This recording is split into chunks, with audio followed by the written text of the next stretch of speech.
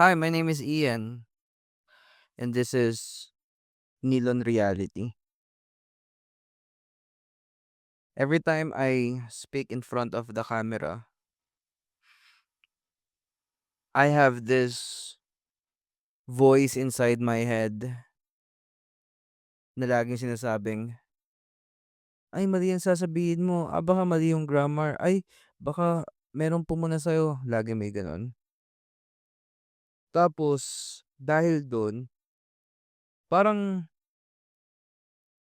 ang hirap na tuloy magsalita in front of the camera. And akala ko yung problem is gusto ko ng magandang lighting, magandang camera. So, bumili ako ng magandang camera, bumili ako ng mga lights. Meron na ako lahat ng mga equipments pero hindi pa rin ako makapag-video.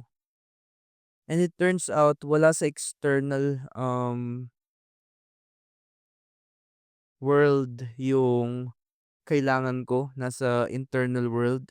Yung mahanap ko yung boses ko kung saan hindi ako nakakulong dun sa boses na nagsasabing, baka mali yan.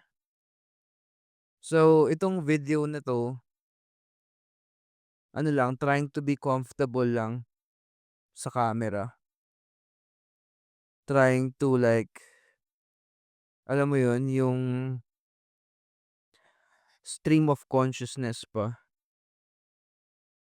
Ewan, ang sarap kasi nun, yung stream of consciousness. Alam mo ba yung sinasabi ko, yung kapag nasa jeep ka tapos alam mo yung moment na wala yung pre-doom scrolling era, 'di ba? Tapos wala kang headset, tapos naglilipad lang yung isip mo habang nakatutok ka sa jeep. Or sa jeep, sa bintana, nakatutok ka sa bintana ng jeep ta's ramdam mo yung hangin. Tapos yung stream of consciousness mo dun na ano yung mangyayari mamaya, 'di ba? Parang yun yung parang theme nitong vlog na 'to, na parang stream of consciousness vlog. And yun, nasa isip ko ngayon na goal ko is siguro maka 10 to 15 minutes ako ng stream of consciousness sa isang video. And magawa ko siya on a daily basis. Tingnan mo yung isip 'no, like ito yung first video na ila-launch ko na nasa ganong theme na stream of consciousness ta's iniisip ko na kaagad ano yung magiging daily, where in fact hindi pa man nangyayari yung first video, hindi ko pa man napo-post yung first video. Anyway, minsan feeling ko ganon gumawa ng ano, ganon magtago yung fear sa mind, na parang magsusuot siya ng maskara na perfectionism. Tas aakalain mo sa sarili mo na, "Ay perfectionism lang kasi ako. I want things to be perfect." Tapos magagamit mo na yung mga reasoning na sa perfect timing lalabas din. Pero like ang ano nilang pakinggan, parang, oo nga 'no, parang gano'n sila pakinggan. Oo nga 'no, baka dadating nga lang din sa tamang timing. And siguro sa iba sa inyo 'no, you're searching for that loved one or you're searching for that breakthrough business success. Pero yung ano ba yung sinasabi ko? Yun lang yung yun yung stream of consciousness para sa'kin, yung ganda nung gano'n. Yung ganda nung nakalimutan mo yung pino-point mo, tapos yun, ah, ako si Nilon Reality and yun yung ginawa kong character para mapadali 'to kasi kung si Ian pa rin siya, lagi yung nag-o-overthink, Si Nilon Reality hindi siya nag-o-overthink, si Nilon Reality ano siya, ah isa siyang vessel ng consciousness. Ewan ko 'pag sinasabi kong consciousness, minsan ang hirap niyang ipaintindi sa iba na parang like ewan ko siguro nung inaalam ko yung like nung nag-aaral ako ng reality creation ta's naririnig ko yung consciousness ta's hindi ko siya ma-define. Like alam ko siya pero hindi ko siya ma-define. Tapos feeling ko nagka-theory ako na wala kang alam, wala kang bagay na alam kung hindi mo siya ma-define. Siguro si Richard Feynman 'yun, yung nagsabing parang kapag hindi mo siya ma-describe sa grade 5 hindi mo pa siya gets. So, ewan ko, um, so tinry kong intindihin like ano yung consciousness tapos nagkaroon ako ng sariling definition ko. Para sa'kin yung consciousness is yung present moment awareness of being.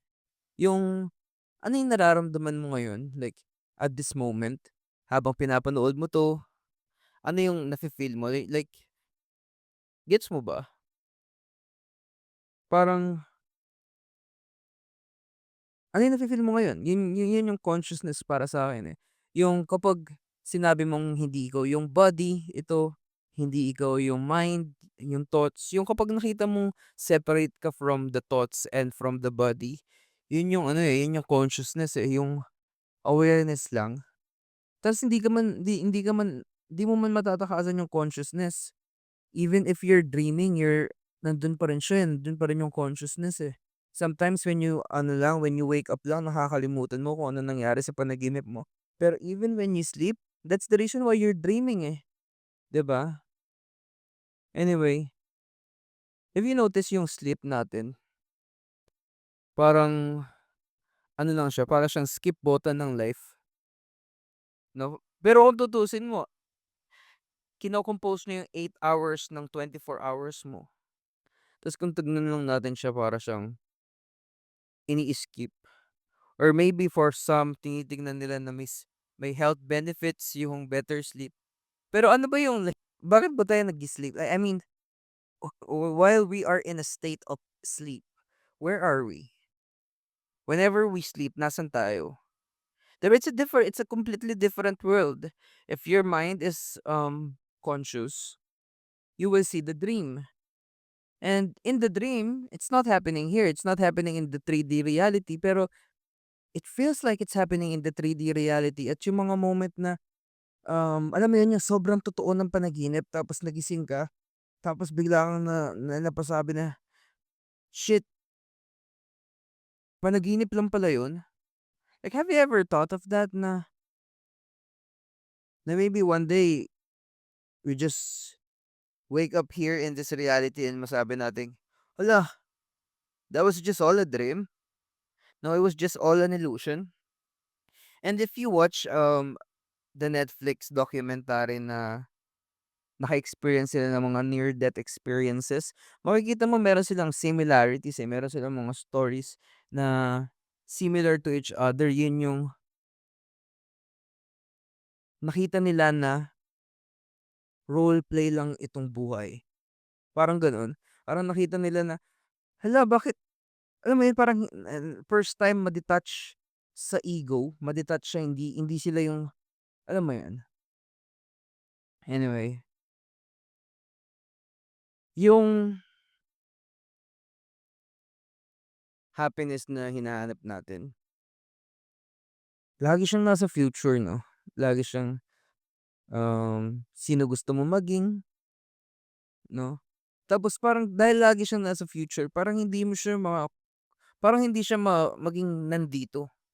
Parang lagi siyang nasa future. For example, if a man who is desiring wealth, is nakapag-make na ng sabihin na nating 1 million, then the next goal will be 10 million, then the next goal will be 100 million. It's not gonna stop.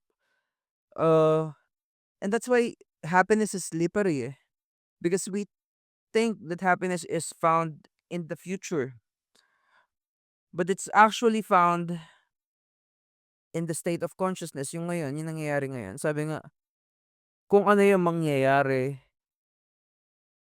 sa future, depende kung ano yung state of consciousness mo ngayon. So for example, yung state of consciousness mo ngayon is depressed, sad, victim of life, hopeless, then it will be your reality. And ewan ko, ang dami kong nakitang mga taong jina-justify nila yung pagiging nasa negative state of consciousness nila. Parang sobrang hirap sa kanilang maging masaya. Like, hindi ko siya sinasabing gano'n lang in an instant. Like, what I'm trying to say is, they cannot even fathom or make it into a picture on what is it that they like. Sometimes when you get so beaten up by life,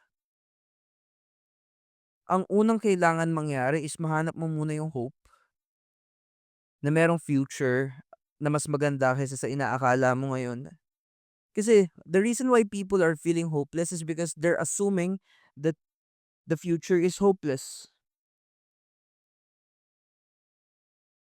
And since they're assuming that feeling, yun yung nangyayari sa reality nila, yun yung nangyayari sa 3D nila. Meron nga akong nakasama sa isang retreat nun ni Teacher Maxine Magalona. Sabi niya her mother does vlogs daw. Tapos sabi ko, tapos napag-usapan namin yung mother niya. Parang retreat batchmate ko siya, retreat classmate ko siya. Tapos napag-usapan namin na lagi niyang inaiisip na baka mabutasan siya ng gulong. Tapos lagi nga siya nabubutasan ng gulong. So yung mga ganun, no? Yung parang, like, I know for some of you watching this, you have read some of books already. Um, you already have an idea about life beyond 3D. And kung wala pa, welcome to the channel. So, I'm sorry for rumbling. I don't really have a clear idea to share with this video. If you're watching this, thank you. If you're still watching this up until the end, thank you. I mean, you're not really gonna get anything out of this kung hindi yung feeling na parang may kausap ka. Yun.